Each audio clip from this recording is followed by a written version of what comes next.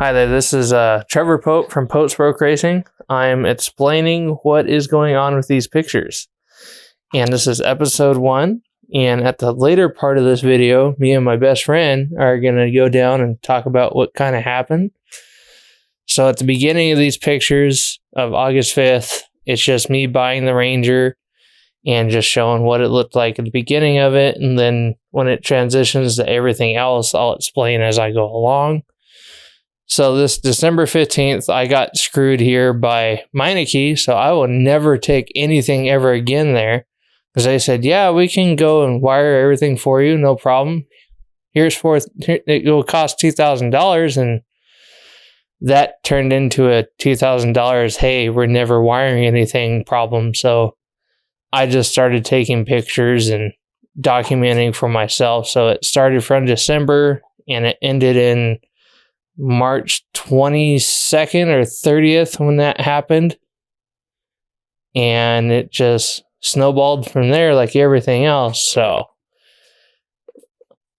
and then this is just me continuing taking pictures while it's at Meineke, just so I'm covering my own, my own ass. So that way, if anything went down, that's why I'm taking these pictures.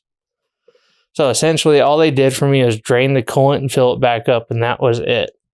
They never did any wiring or any other thing because they went through 4 managers within that short time period. So each manager said, yeah, sure, we'll do this. And they never did. So I finally just came and picked the truck up and took it to a storage unit to where I began building it from there. Sorry for the long pause, but this is still during the Meineke area, and I'm just trying to let it load and explain to the next one. So, May 21st, I'm now into the storage unit, and I'm just beginning to tinker with it, mess around with it, and just go over what I'm actually going to be doing. And at this part in time, I thought, might as well go all race truck and put decals on it and take the spark plugs out and make sure I take pictures of the old versus new and show how it is. And that's the old fuel pump that was on it.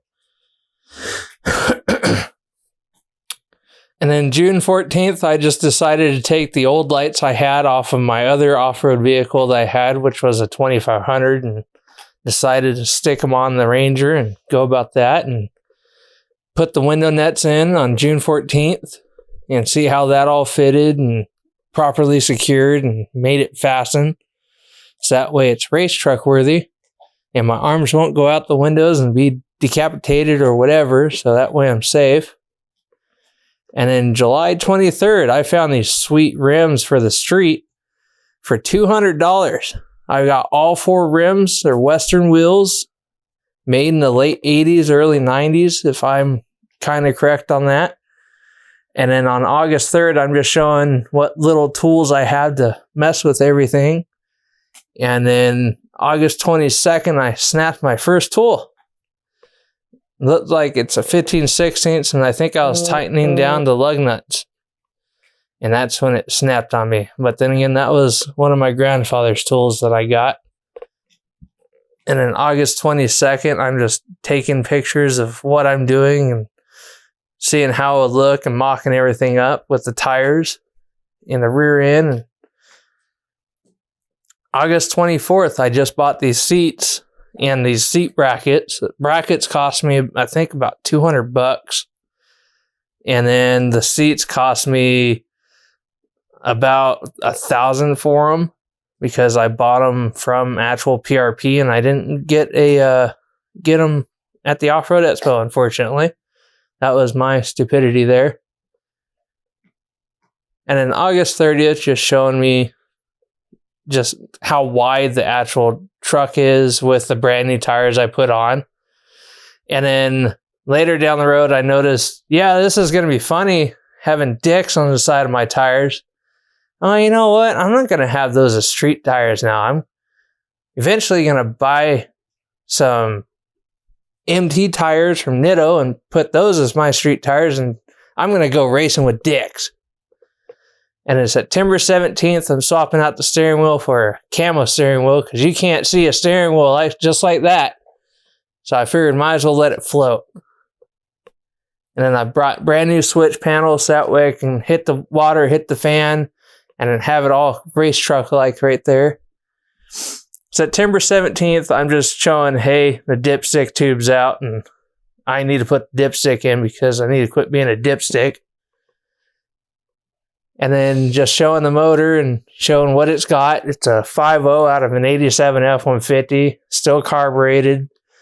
And it's got a CFM of 750 on it from Edelbrock.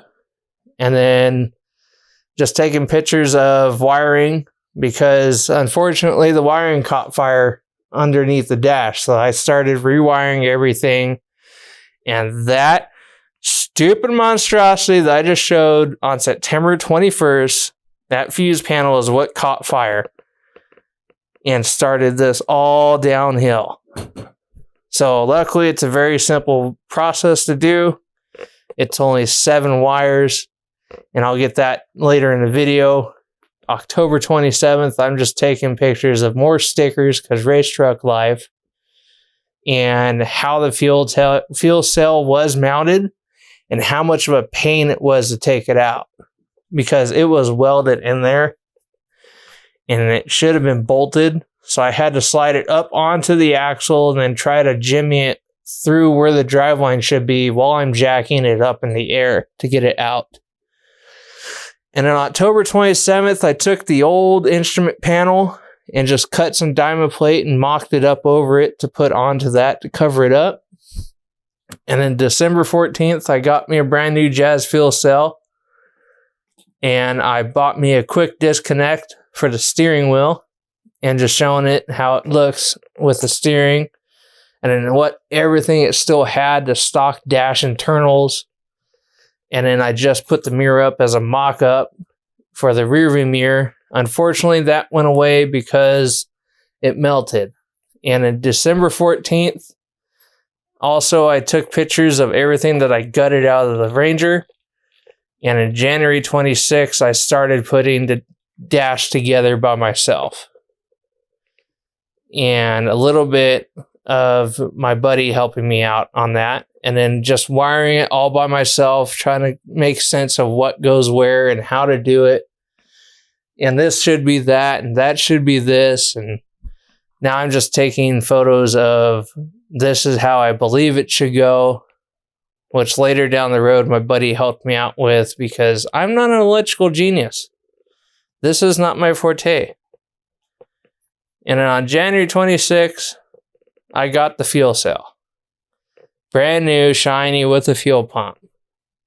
And then why not America on the side of the truck that reflects? Because you got to be seen with America on the side, even in the dark. And in January 26th, I definitely put race stickers on all along the truck. Because it always adds 5 extra horsepower. No matter what anybody says, that's what happens. And then I mocked up the rear light bar. And yes, I mocked up flags. Because why not? January 26th, I also mocked up the interior lights. And then just showing how everything still had the original dash inside the truck. And even the stupid AC blower motor behind the dash was still in it at the time. And then I mocked up and installed the radio mount for race radio on January 26th as well. Just a stupid little funny warning sticker I put on. June 13th, this is the day I took out the C4 transmission because the transmission would not shift into first and second. So I decided to rebuild it myself. This is my first ever transmission rebuild. And on June 13th, I am taking pictures of everything that's on the transmission and also on the torque converter. So that way I can Google it and say, hey, what does this actually go to? What year this was? And what does this actually fit in? Little did I know I can go on Amazon, because everything's on Amazon nowadays, and just order a rebuild kit off of there instead of a transmission shop.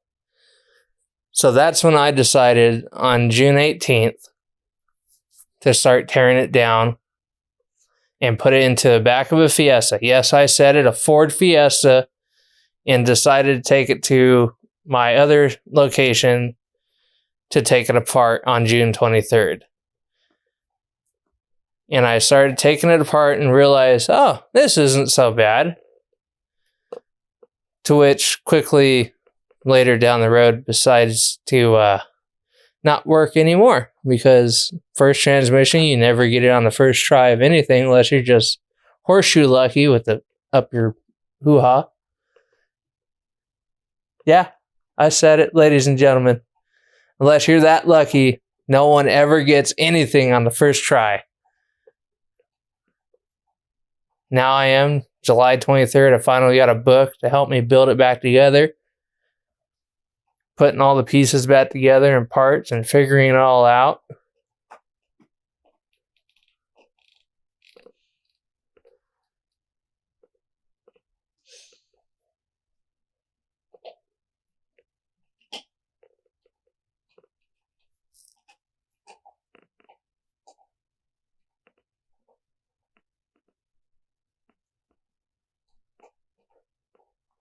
July 29th, it's basically assembled and ready to go back in.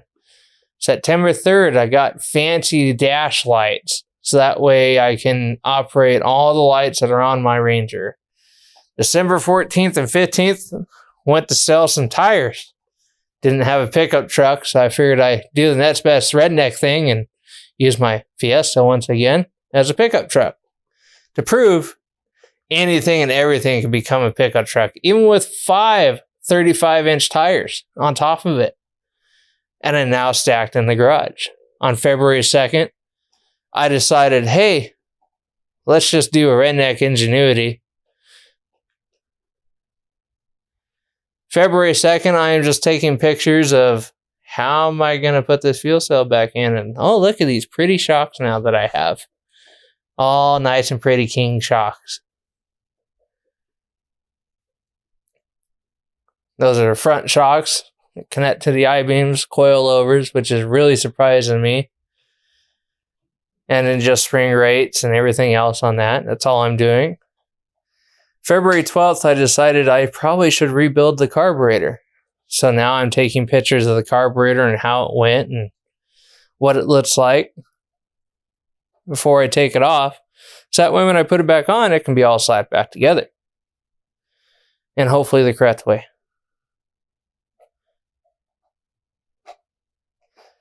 And then now on February 12th, I start taking it apart and redoing everything.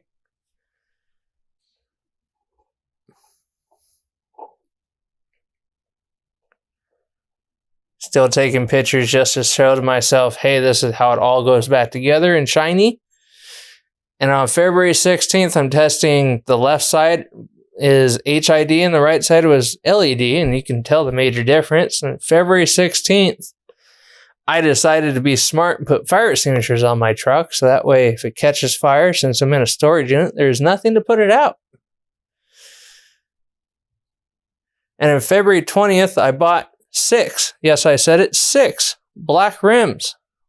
So that way I can go racing, because spare tires are always important. February 20th, I'm just doing a mock-up of the tire and looks of on the rim. February 24th, I'm just taking pictures of what I installed, which is a coolant reservoir.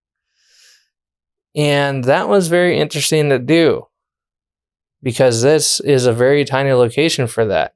February 24th, I also took pictures of power steering fluid and power steering pump. So that way I know if I ever take anything off, what it needs to go and how it needs to go back on. Because I was thinking about doing a coolant flush or I am just so confused right there and so lost of how shitty this looks, because it's just a build. I don't know what the hell this guy was thinking, but he was thinking something of, hey, this might be awesome. February 24th, I am just taking pictures of these bumpers and how they're hitting my lights and how awesome it would be if they were all straight. March 13th, I am taking pictures of my motor mounts because, oh, look, they're broken. How amazing was that? And then March 13th, I'm also mocking up the bars so that way they can protect my engine. March 13th also, I decided to load it all up and take it to one of my friend's house so that way I can stop spending money on a storage unit and he can help me rebuild it because he offered to help me out in that aspect. Yes, I put a slow-moving vehicle sign on the front of my truck just as a joke because clearly U-Haul has all the guts and all the glory to go faster than anybody else can because you can with U-Haul. March 13th, now it's at my buddy's house and still taking pictures of how ridiculous that was. And now how it looks at my buddy's house. And just taking pictures because I can. And in March 23rd, I finally finished rebuilding the carburetor. Look at all that glory and silverness. Oh, what a little bit of shininess can do for a redneck. Chrome will not get you home though, but it will get you some, you know what. May 22nd, I finally took the piece out. Oh, great. And here comes the shit weld because I don't know what I'm doing, but I'm tacking it. It's working and it's for the fuel tank. I thought it was going to be a brilliant idea. Let's put the fuel tank high enough to where you can put the fuel tank in and take the fuel tank out, but not smart enough to where now you can't put the driveline in because it's too low and the driveline hits it. And in May 22nd, I don't know what happened, but somehow I became chrome. And don't know, just chrome. And then I finally figured out what firing order May 22nd my engine has. And then I put in a kill switch on May 22nd in the dash, and I put the battery box in May 22nd on the side. Drilled a hole through the cab so that way I can put my battery leads, positive and negative, through the cab since the battery's behind the cab. And in October 11th, it's at my best friend's house. That's going to be in the interview later on today because he actually helped me out the most with getting everything it needs to have done. Still taking pictures and gosh, those car eyes look awesome in that, doesn't it, ladies and gentlemen? November 18th, I bought some lights for the overhead for that, and I'm testing them out and making sure they go okay and work all right. And man, is it shiny. It's like daytime. That cactus right there is over 350 feet away. And right there, that cactus is over a quarter mile. So needless to say, I can bring the sun out in the dark with this truck. November 21st, we finally got all the dash wired up and fitted up and mocked up and put together. There's the overhead lights I was talking about. On May 21st, I installed flags, because why not? And whips, and, hopefully not chains, because they do not excite me. May 21st, mocked up the fuel to go inside and the tank. And then this is when I started gutting everything on May 21st as well. All the plastic, all the carpet, all gone. Now there's no sound deadening. It's just nothing but rattleness, and there's all the pieces that it came out with. All the glory. Decided to go with the battery like that, and just because, A, I've never seen somebody do that, and B, I thought it would be kind of quick access and cool, because, the bedsides are obviously really easy to remove. And I figured, why not, while easily removed, go a quick tab. So you just push the button in the center and the whole thing comes off. More junk that I removed out of the Ranger.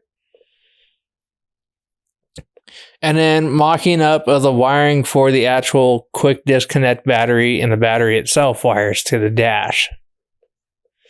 And then there's the new fancy steering wheel. It originally was a 5-speed in the center console, and then now I put the center console in with a Sidewinder, transfer the transmission on July 16th. July 16th, I also mocked up and installed the relays location behind the dash for it.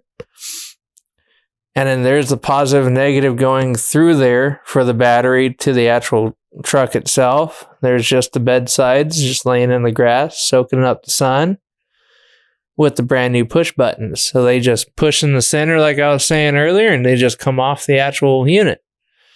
And then it went, oh shit, they don't fit properly. Now what am I going to do? On July 16th later that day, because, there's nothing else I needed to do for that. Except for, hey, 1 step forward, 2 steps back. This whole process has been nothing like that. But that's okay. It makes you have patience. And you don't throw wrenches as quick anymore. So it's fine. Dash is finally mocked up and in later that day also on July 16th. If I might say so myself, that's quite fascinating with it. Uh-oh. Hood and grill are gone. Oh no. Everything's all torn apart on July 16th. You could see nothing but the motor. That's okay, ladies and gentlemen. There is no need to fear because the driveline is here.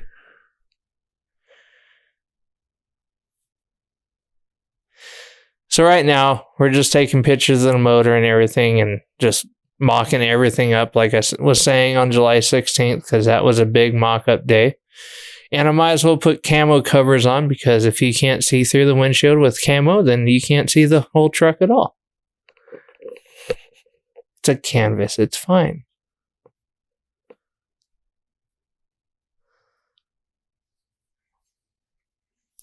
February 10th, I figured I might as well take some spooky dark photos of the truck because it's finally in the front yard.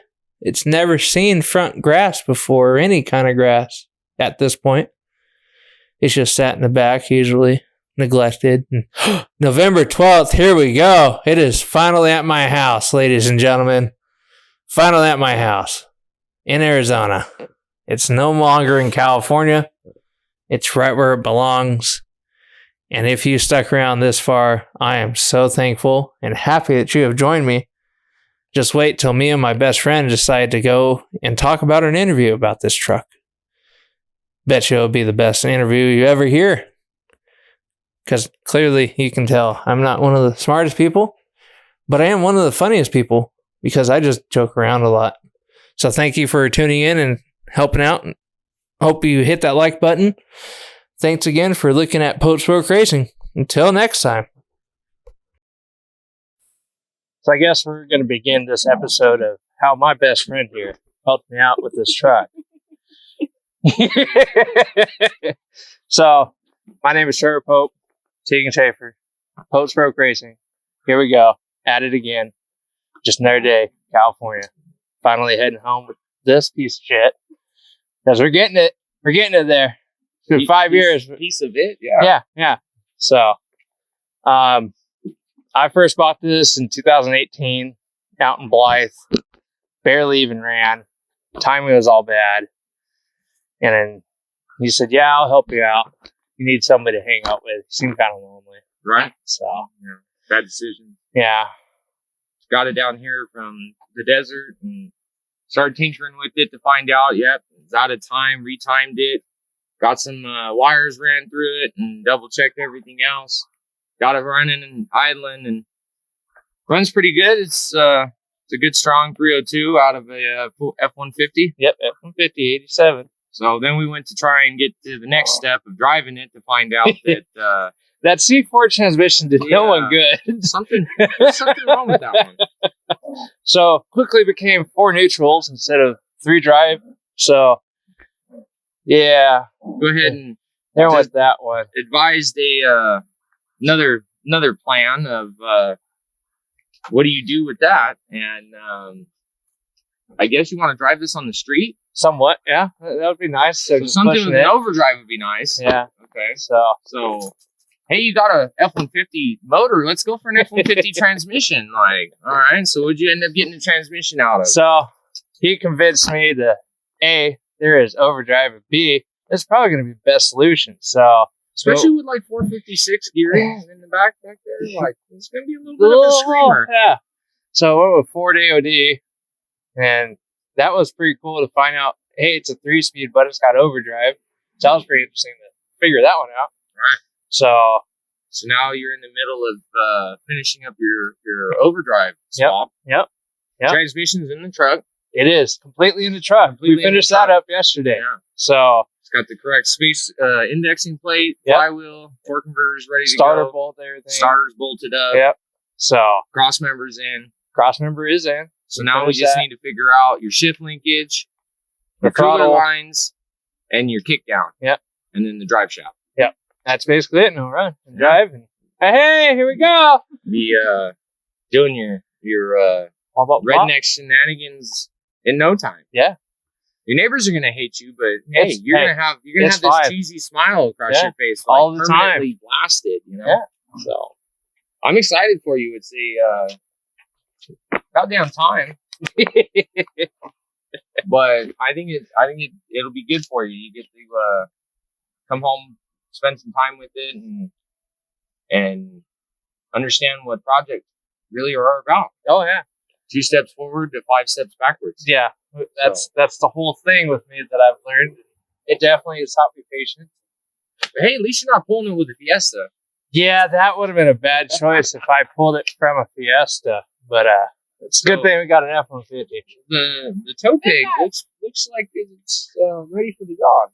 So the F-150 should do it though. I'm gonna be sad and dearly missing it to an extent. What do you mean? It was beautiful lawn art for you. You got so many questions about it, didn't you? Yeah. If I don't have enough of that. But yeah, I'm excited. Got I think one of the last things after you get the drivetrain figured out is the leaf springs and the fuel tank, and that's another project. I know that's the main project. It's ketchup and tomatoes. Exactly. So, well, thank you again, brother. Yeah, I appreciate it. Yeah, all right. Always. All right. Always. So on the next episode, you should be seeing it at a different location. Not only different location, but in different aspects and lighting and absolutely. I'm excited. And screwery. So that next step. Find out the bedsides and fenders are permanently mounted on the wall. Yeah, probably. It's going to be wall art for sure. So, well, that will do for this episode. Till next time. Hang loose.